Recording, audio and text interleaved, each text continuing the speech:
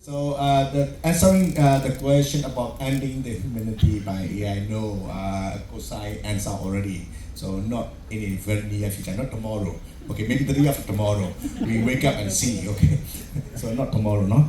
Okay, so not very near future. Maybe 10 years later, we ask that question again. Yeah. Yeah. So, but anyway, we learned a lot today. Responsible AI and also adapting the AI, embracing the AI, and not to be scared by AI with AI. So, but again, we also learned about the changing landscape of the jobs, especially knowledge workers. Yeah, all these people are knowledge workers. You be careful. You will be fired soon.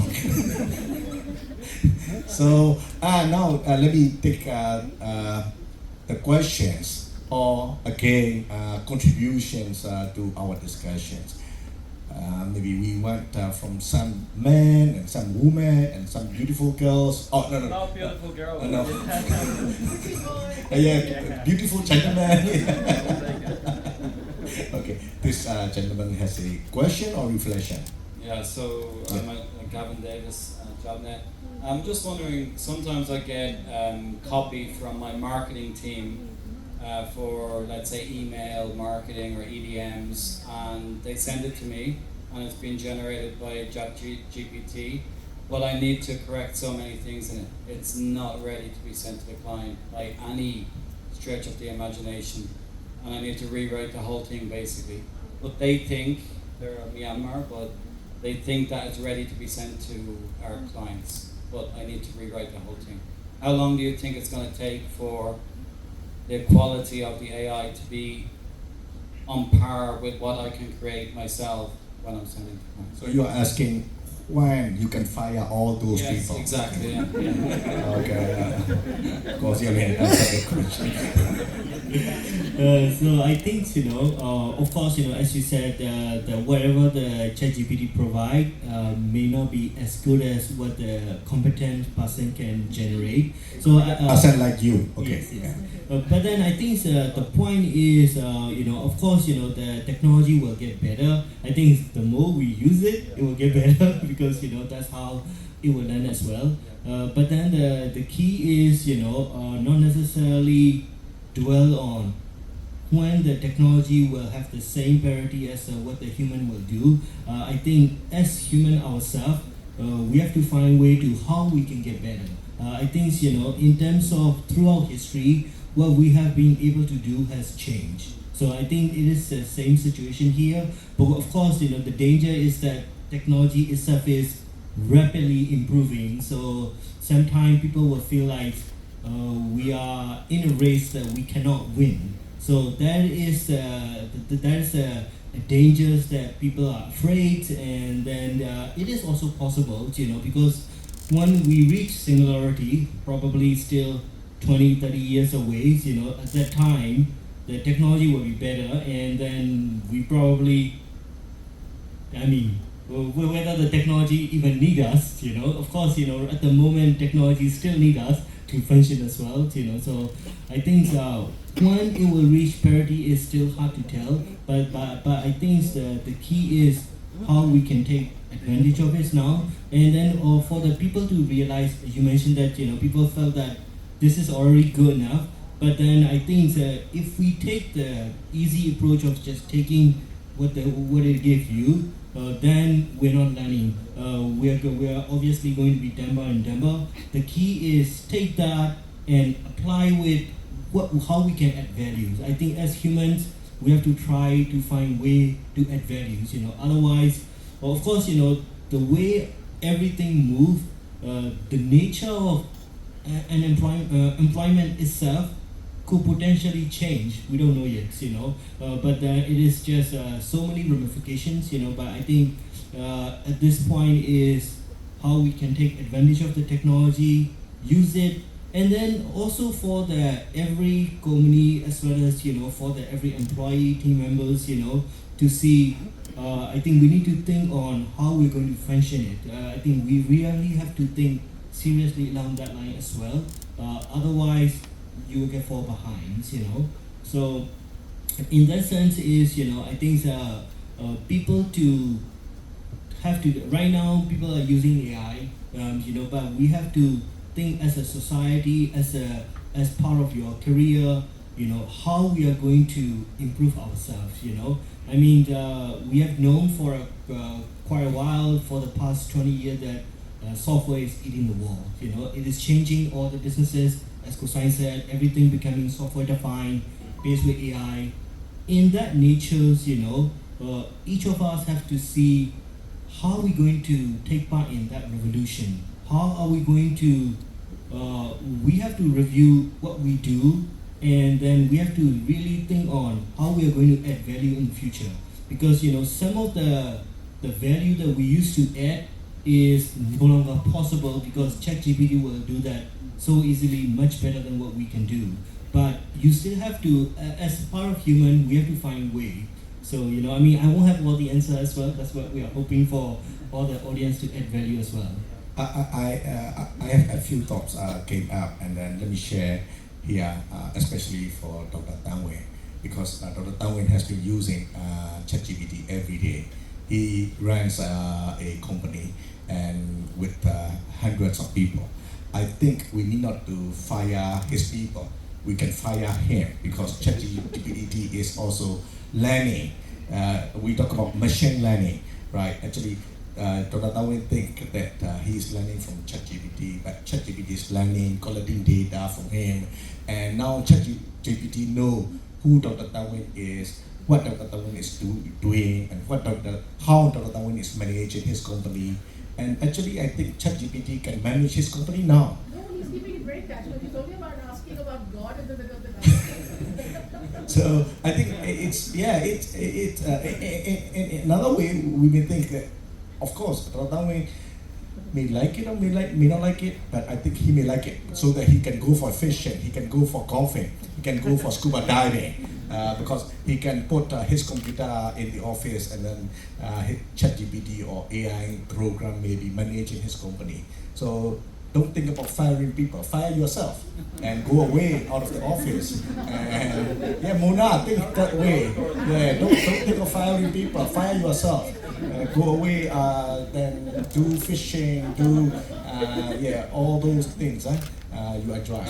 Yeah. Golfing, maybe. Golfing. Fire yourself first. Yes. Any further question? 1, 2. Yes. Here first, right? Okay. Okay, that side first. This side second. Firstly, I really feeling thankful for your contribution and sharing, because it got me a lot of thinking about my business and also about my employee. So really thankful for that. So there's a question that I really don't trust ChatGPT to answer. I want to ask you. That is how you share about how we should prepare for the technology and also young people. So I want to ask, for Myanmar particularly, how should our generation, our next generation, also how should we prepare them particularly? Not if we type that question in ChatGPT and then they will answer internationally. But with your experience, with your knowledge, I think it will more niche for us. Thank you. May I give the chance to check it too? Because generation to generation, this is talking about their generation, not our generation anymore. Okay, let me answer. So I do have those questions from my student every day, because they're very creative. I can see a lot of young people are very creative, very entrepreneurial spirit, but they always lack where they want to go. If you ask them, they will always have a lot of questions. Like, I think the question have to ask yourself first, because opportunity are everywhere these days. So a lot of people are facing the first challenge. They don't even know what they want to do, because there are a lot of opportunity, right? So first, maybe you're already clear, but most of the young people, they're not clear. Okay, at first, if you're already clear what you want to do, you just have to plan just a few years ahead. Don't think about 10-year plan. Those are outdated already also, because next 2-3 years we might have another COVID case, right? So just think about 2-3 years. So we just have to think like how we're gonna adapt it, right? Even if you look at the business before COVID, no one want to go online, but during COVID, all the shop go to online selling, right? But now people want to be on store again, so it's like changing all the time. So I don't think there will be a right 100% answer for you, but I think you really have to adapt and find out, like in a way, which field you want to go, and what are the possible goal, maybe 1, 2, 3, like which type of top 3 goal you're gonna. But you have to invest at least 1 or 2 years first. A lot of young people jump company very fast also. So I think if you really want to find out what you want and what role you fit, you really have to like try and invest yourself a few years, and then you upgrade from there. I think that will help from the next time. I hope it answers your question. Yeah, generation to generation, huh? Same generation. This gentleman first. This young gentleman first. Well, thank you very much for sharing your knowledge. What I want to ask is, right now we are sort of using the term AI loosely, right? It's not really true artificial intelligence yet, but we are doing a lot of developments and a lot of machine learning and deep learning. And when the AI actually do the switch, from this weak AI to a true artificial intelligence, like, do we even have a mechanism to know or even detect, like, it has made the switch, what if the AI is faking us all along, and it actually knows more than us, and because there's Turing tests, right, like to see, but then I think like ChatGPT 4 can already surpass that test. So my question is, like, are there ways that we can detect when they make that leap? Kosai, you are thinking, I know, but please pick up the mic. Give him some work, huh? I think if we get to that point, we will know, right? But the question is, how do we prepare for it? I think that's more of the question. So, as I said before, between now, as AI progresses, I think we have to find a way to use it responsibly, figure out how to regulate it if needed, and make it more for the benefit of us rather than becoming a danger to us. Right? I think with every technology, there's the good and bad. So, same with the nuclear technology, you can use it in a good way, you can use it in a bad way. And it's the same with AI. I think we have to, the challenge for us is going to be figure out how to get the best out of it and keep away the bad side of it. And I don't think it's simple, but I think as a humanity, I think we'll have to figure out. But there's tremendous benefit to AI. There's no denying that, and we just have to figure out how to get the best out of it. So. Good question and good answer. You want to add? I just want to highlight it again as well. One part is, as we get closer to that, the key is about inequality in the systems.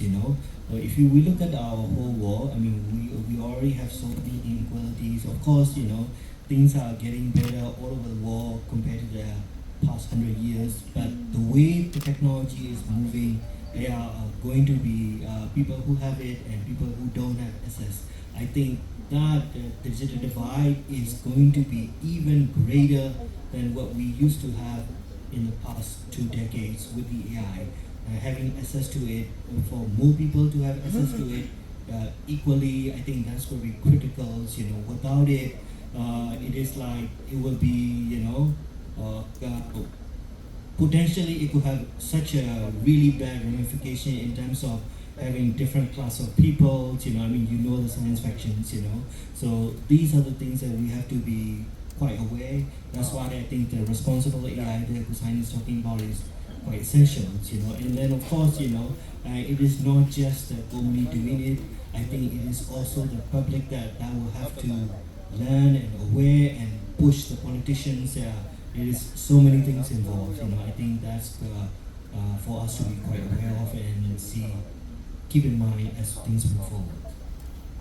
Yeah, actually, I remember something. I watched a YouTube TED Talk a few days back, and then he was talking about the power of the countries. These days, there are three powers.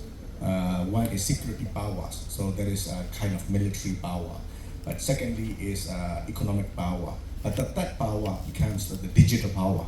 So the countries are now becoming competitive, competing each other, not only military or security power and economic power, but also the digital power, with the digital power as well. Not only the country level, but also I'm thinking down, organizational level, we need to be competitive and we need to have those digital power. Same with the individual level. So individually also we have to be equipped with the digital power. And then it means, I think we should adapt instead of rejecting, instead of scaring, instead of being afraid of the AI like Mona. No, I'm just trying to make it a little bit funny, but yeah. So we have to equip with digital power, and not only in the countries level, but also in the organizational level and also the digital level. Of course, we should have measures to take and to be responsible organizations, responsible individuals using the AI and all those digital tools. Yeah, that's what I have a thought. So there is actually another lady ready for asking the question or reflection. Yeah, it will be kind of both a mix of reflection and questions. So firstly, I would like to thank all the panelists and the moderator for AI 101. Currently, like, I'm feeling like I have a mixed feeling of threatening and comforted for like all the question and answers. The thing that threatened me is like I feel threatened for my job security as a white collar employee. So I'm working for a financial industry and also a part-time lecturer for like a private university for 5 years. So the question will be two questions. First one, like I would like to know the latest applications of AI in financial industry, and the second question is like that day, like previously, some people are asking like when AI will be like getting ready to replace the human being, but I'm wishing the opposite because I'm afraid my students will become dumber, and then when they are like cheating, because like we are giving them some take-home assignments, and then we never know like whether they will be using the AI to bring their papers, and then currently like in a traditional way we are using like to check the plagiarism or something, but is it possible to check whether they generated their papers from the AI or like that will be a challenge for the education industry for the assessment of the understanding of our students on the whether they really understand the subjects deeply or like they are just faking the understanding with AI. I mean like using knowing how to use AI effectively is good. Like, and I feel a bit comforted like when I hear responsible AI, but like still it will be a threat for our future generations. If it is good for us to use AI effectively, but if they misuse or like we people have like limitless creativity, because our brains are, I believe our brains are higher than AI because we people created AI, right? So, but like I don't want AI, the thing that we create cannibalize our ability. So, how do we overcome that challenge? Yeah, Chintu is the right person to answer the educational question, and also maybe you may add on financial AI app. Okay. I'll answer the lecturer. We have to be smarter lecturer because I'm a lecturer too.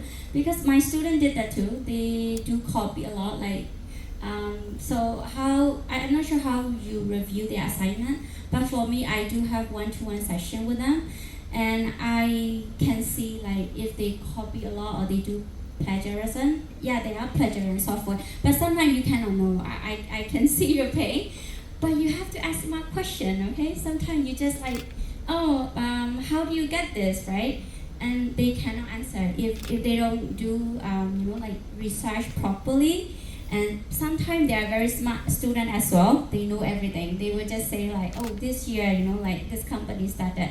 But if it's that case, you have to ask them to do kind of additional add-on assignment, which is example, this company like Amazon will face this challenge, then how you will solve, right? You have to get additional assignment.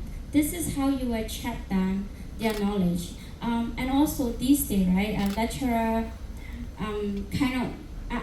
our position is to teach them how to solve the real problem, right? Not to just fix the assignment, right? So I know we have this overweight kind of test to do that. So I would suggest the first one, read their assignment and make sure you just highlight some some right question to ask them. If they kind of hesitate to say, yeah, definitely they're kind of cheating, right? And the second, let's say if they can answer a lot of questions to you, and second, you have to give them additional assignment or a few questions, like how will you solve this, right? And if they don't do the fast assignment properly, definitely they cannot answer. I think that will help. Thank you. Methods answers are quite very detailed examples. What I would like to add is it is more about how we should see education industry moving forward as well. If we really think about it, since for quite a long time ago, from the beginning of the universities, our education industry hasn't changed so much yet. I think it is really ripe for disruptions. I think the ChatGPT bring that disruptions to the whole industries. I think we really have to rethink. I think mentioned as well. In terms of how we look at the whole learning process. In terms of how we evaluate students. What kind of work we ask them to do. I think we have to do the complete rethink on that. I think that is one, when we have to utilize, tools like ChatGPT, and there will be many other tools as well. How people can apply it, how people can part of, for people to upskill. I think it is we have to change that whole approach. I think of course it is not an easy thing to do, but that's the challenge that we'll have moving forward. Would you like to add on the financial AI app? I think I don't know that much about the latest in the financial industry, but we do see, I see some articles that the AI is quite good at financial advice. But we still have to keep in mind that everything that tools like ChatGPT is producing is not 100% correct. It's not foolproof. You have to take it with a grain of salt. You have to apply your own judgment still at this point. And I think we're still quite a ways away from being able to trust an AI tool 100%. So I think in the short term, I think all of us, knowledge workers, professionals, I think the trick for us is to try to figure out how it can help us do our jobs better. And maybe better than your competitors. I think that's going to be the key, right? Because it's going to be there. It's going to be around. You have to figure out how to make it work for you, and how to be the best user of it, and to stay one step ahead of others. I think that's how we have to view it. Yeah. Yeah, I just wanted to add something actually, just on the how to check the reports from your students, maybe, because I submitted actually my master's thesis last week, and the university is going to run it through Turnitin, and then run it through an AI program to check if I used AI in my thesis. So I didn't. But that Turnitin software can be used to check if any of the students, any of your students are using any AI in their reports, just to add that. Thank you for filling in. Thank you. Any further question before Mona? I will have to end it now. Yes. Mona, you can go and have wine. Yeah. Your priority, VIP. I'm going to close the shop before. You don't want Mona, just a short question. Just one minute question. Okay, so I have a lot of questions. But don't worry, that's one question. So, okay. So before I start my questions, I have to tell my damn story. So I have two kids, secondary and primary. So I'm working on their homework every night. So I help them. And so Good father. Yeah. So that's my damn story. So in the mathematics, right? So I helping them, and then I helping their problems, and then so let's say 1 + 1 2. So I'm helping them for how to calculate this one, and then what they said is that hey, it's not correct. It's not the right way. In YouTube, they say you can do this way. So every night, so there's a background with my daughters. So they make me dance every night. So my question is like, so they believe more in AI, and because they are very used to YouTube, Google, everything, so because they can easily find their answer, everything, they can search everything. So they believe more than as for AI, right? So my question is, what the next generation, the younger generation, trust more than us, AI. So for the teacher, right? So the education, so we are transferring the knowledge, the everything, emotions, we transfer human to human. So we learn it in the classroom. So we learn from tutors or teachers. So my question is like, so they are believe more on AI, the machine, everything, than teachers. What happened next? So for the young generation, because AI, they can suggest an answer, but they cannot transfer emotions or maybe, so not like the human. So but they more rely on the machines. So what next? That's my question. Cheng Tu. And I also would like Ko Zialin to add, because you mentioned a lot about narrow AI and also emotional, etc. Yeah, Cheng Tu. Okay. Right. I also have a nephews. When I teach him like in Burmese, and he said, no, this is 8, right? It's because they learn English faster than Burmese these days. So, at the end, how I teach him is like 8U. So it's like English and Burmese together. So I can understand the way you're saying, right? But because children these days, they are seeing this laptop, telephone. So maybe you only spend 2 hours at night, right? But they're spending the whole day with the YouTube. So I don't think it's not their fault, like trust in the application more than how we teach them. But I think the only thinking that we have to put in is there is no one answer. There is no one right answer. We have to teach them there are a lot of different ways to solve this, or a lot of different ways to handle things, right? Because a lot of young kids, before they go to nursery, their main focus learning is based on YouTube and those applications. So maybe you can teach your daughter that, oh, this is right, but daddy is also not wrong, right? So that way maybe you can kind of change her mindset, because we cannot tell them this is wrong, right? What YouTube teaches wrong also. So maybe I think this is kind of emotional intelligence. Maybe you kind of teach her the way to learn it. Yeah. Thank you. Things, for the kids, when they are looking at YouTube, when they are, because I think the way people consume content with the AI, I think it's not just AI itself, it is about what content is better, so I think that could be a benefit in the sense that before, we all we all have because as I said, you know, the teaching profession, learning profession, it is going to change tremendously. You know, before we learn from mathematics teachers, it is our teachers we respect, you know, all that. But at the same time, you know, all the teachers' capabilities are not the same around the world.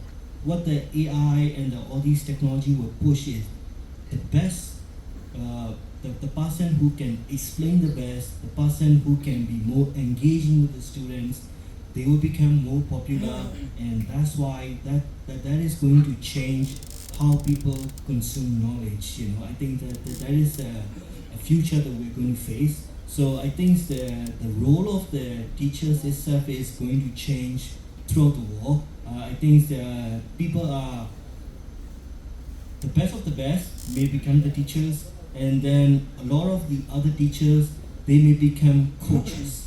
So, you know, but there is a value to be added. You know, it is not like, but not just the content, as much as mentioned as well. It's all about emotional intelligence. You know, all the other things that we can add. So that is going to be the environment. You know. So AI is transforming many different areas, industries, education, but also parenting.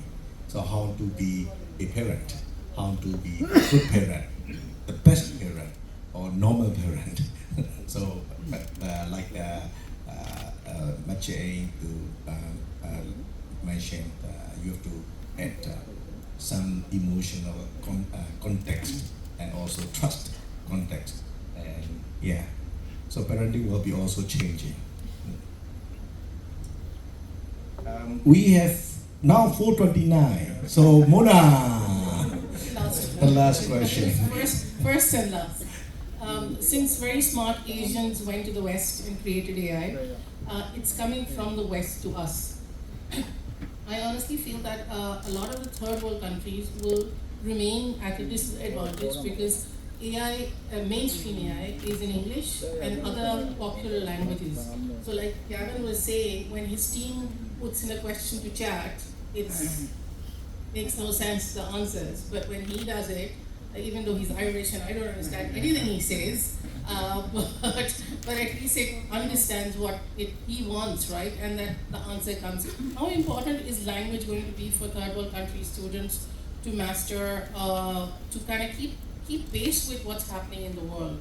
I mean, even with international school education, sometimes most of the time series, like, I'm sorry Mona, I don't understand what the hell you're saying. So which is quite annoying, you know. So like how are young people who are sitting here, they will probably need to do something to kind of catch up, especially in language skills, to be able to, I mean, it's got Spanish, it's got Chinese, it's got Japanese, it's got all the mainstream languages with English, but it doesn't have a Burmese or an Afrikaan or a Urdu or a Hindi or, or a Sinhalese. So how will that work? And thank you very much, guys. This was fantastic. All of you were awesome. Thank you so much for your times, and this was a really, really awesome session. I believe this is not a question to answer. Or you want to answer? Yes. Okay, you will answer. So, with the AI itself, I think, the language translations and localizations will get better and better. But at the same time, the issue that you describe is very real. I think that is an issue that we have to tackle. I think we have to tackle in both ways, whether we like it or not. I think, our young generations should still be very good with English. So that's the way we can take advantage of all the resources that are available. I think we should still do that. That is one route. Another route is, as Myanmar, I think that's what Myanmar people have to push as well. So it has to be a priority at the country level in terms of how we are going to invest in Myanmar language as well. Basically to be aligned with the natural language processing, all these, to be able to take part in this AI war, we have to invest in how Myanmar language itself is going to be involved. I mean, we can't just rely on the businesses. Of course, the Microsoft, will support to a certain extent for the Myanmar language to be available. But then, due to various reasons, Myanmar itself may not be a high priorities, in terms of our population wise, we are not up there with many other countries in the world. So I think that the country itself must take a stand and invest in that and invest, AI developer, programmers, resources. I think we need to have a obligation to invest in it. Otherwise, we'll fall further behind, Yes.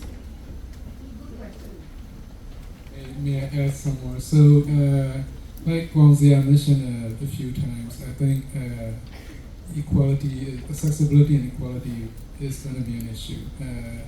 The internet has been around for how many years, and we're still having issues with inequality in accessing the internet. And it's the same is going to be with AI, those who can access and those who can't access.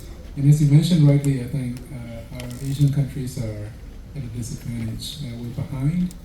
But for a country like Myanmar, I think even worse because we don't have a lot of digital content to begin with. And so how do we train AI without having any digital content? Right? That's going to be a big challenge, and I don't know how we can solve that. Because even just a few years ago, we're still debating about Zorji and Unicode, and to get out of that and getting into having our digital content, having AI trained on that, I think it's a long ways away. And hopefully, we can come up with some concrete plans to get there. But you're right. If we don't have access to AI, we're going to be behind. So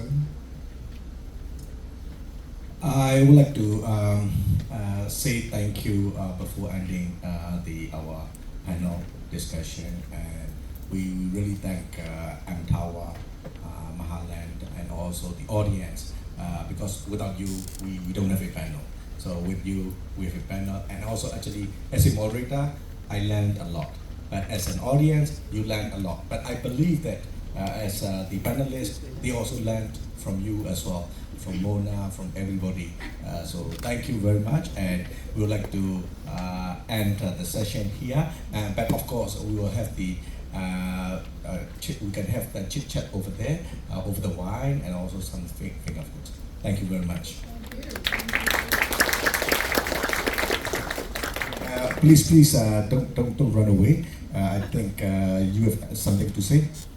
Yeah. I think it should be enough because maybe probably hungry and Okay. Yeah, you can go.